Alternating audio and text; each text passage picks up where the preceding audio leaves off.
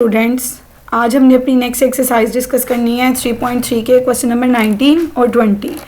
Question number 19 और 20 में देखिए हमने क्या करना है। यहाँ पे भी बेसिकली हमें देखिए एक फंक्शन दिया हुआ है, ये ट्रिग्नोमेट्रिक फंक्शन है कोस। इसके एंगल में आपकी वैल्यू जो है वो आपको चेंज दी हुई है और साथ में एक और टर्म दी हुई है। आपसे कहा है आपने इसकी इंटीग्रेशन निकालनी है। किसी भी ट्रिग्नोमेट्रिक फंक्शन की आपके पास वैल्यू आ जाए या कोई और फंक्शन आ जाए बच्चों, उसकी इंटीग्रेशन तब तक पॉसिबल नहीं जब तक कि उसके साथ उसका डेरिवेटिव ना आ रहा हो। तो हम सबसे पहले चेक करेंगे कि क्या इसके साथ इसका डेरिवेटिव इन्वॉल्व हो रहा है।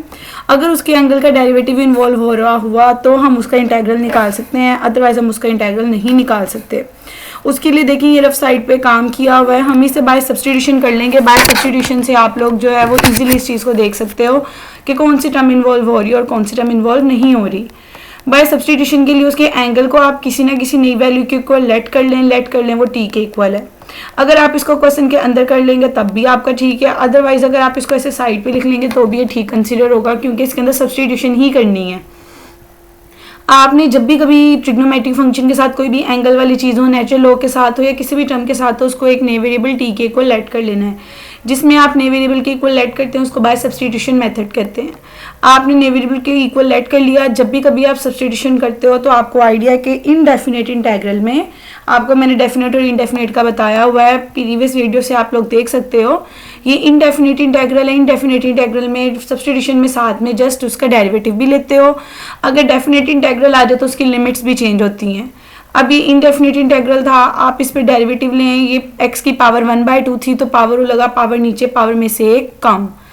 यहाँ पे 1/2 कांस्टेंट था, 1/2 एज इट इज। x का x के रिस्पेक्ट से डेरिवेटिव आ गया 1 और ओवरऑल साथ में आ गया dx। t का डेरिवेटिव होता है 1 और साथ में आ गया dt। आप देखिए ऊपर पावर नेगेटिव है, नीचे पावर जाके पॉजिटिव हो जाएगी और पॉजिटिव पावर 1/2 का आप स्क्वायर रूट की फॉर्म में लिख सकते हैं। दोनों में 1/2 कॉमन आ रहा है, 1/2 कॉमन निकाल लें तो आप देखिए बेसिकली ये आपके पास 1/2 जो था, ये 2 यहाँ पे डिवाइड हो रहा है, वहाँ जाके मल्टीप्लाई हो जाएगा। हमने क्या करना था कि जो ये वाली टर्म बन रही है ना, उस टर्म को देखिए हमने सेपरेट कर लिया। जो चीज़ एक्स्ट्रा यहाँ आ रही थी, अगर मल्टीप्लाई हो रही थी तो वहाँ डिवाइड हो जानी थी, यहाँ डिवाइड हो रही है तो वहाँ जाके मल्टीप्लाई हो जाएगी। अब हमारे पास t की वैल्यू भी आ गई है, 2 dt की वैल्यू भी आ गई है। नेक्स्ट स्टेप में देखिए ये पूरी की पूरी टर्म जो है t के इक्वल थी, इसकी जगह t पुट कर दिया। ये पूरी की पूरी टर्म 2 dt के इक्वल थी, 2 dt पुट कर दिया। 2 एक कांस्टेंट नंबर है, उसे आप इंटीग्रल के आउटसाइड निकाल दें। आपको मैंने बताया हुआ है फॉर्मूलाज जब आपके साथ डिस्कस किए थे कि cos की इंटीग्रेशन होती है sin t प्लस का कांस्टेंट c। अब आंसर हमें x की फॉर्म में चाहिए, इसलिए एट द एंड जो t आपने सब्स्टिट्यूट किया था t की जगह उसकी ओरिजिनल वैल्यू लगा दें तो आप लोग देखोगे आपकी इजीली इंटीग्रेशन पॉसिबल हो जाएगी। कुछ क्वेश्चन जैसे उसका डायरेक्ट इसका काम करना भी आपके लिए पॉसिबल है, लेकिन अगर आप बाय सब्स्टिट्यूशन की बात करते हो तो आपकी टेक्निक लगाने से क्वेश्चन थोड़ा ईजिली हो जाता है। नेक्स्ट देखिए आपके पास क्वेश्चन क्या है x+2 ओवर x+3 का स्क्वायर रूट। अब देखिए जब कभी ऐसी सिचुएशन आ रही हो ना, हमें देखिए ऊपर और नीचे आपकी एक एक टर्म सेम है, पावर के अंदर जो मर्जी चीज़ आ रही हो, पावर को इग्नोर करके अगर मैं बात करूँ, यहाँ 2 आ रहा है, यहाँ 3 आ रहा है, यानी कि अगर मैं ऊपर 1 ऐड और सब्ट्रैक्ट करूँ तो मैं नीचे वाली टर्म ऊपर बना सकती हूँ। तो जब कभी ऐसी सिचुएशन आए कि ऊपर नीचे वाली टर्म बन सके तो आपने जो चीज़ वहाँ चाहिए उसको ऐड भी कर देना और सब्ट्रैक्ट भी कर देना।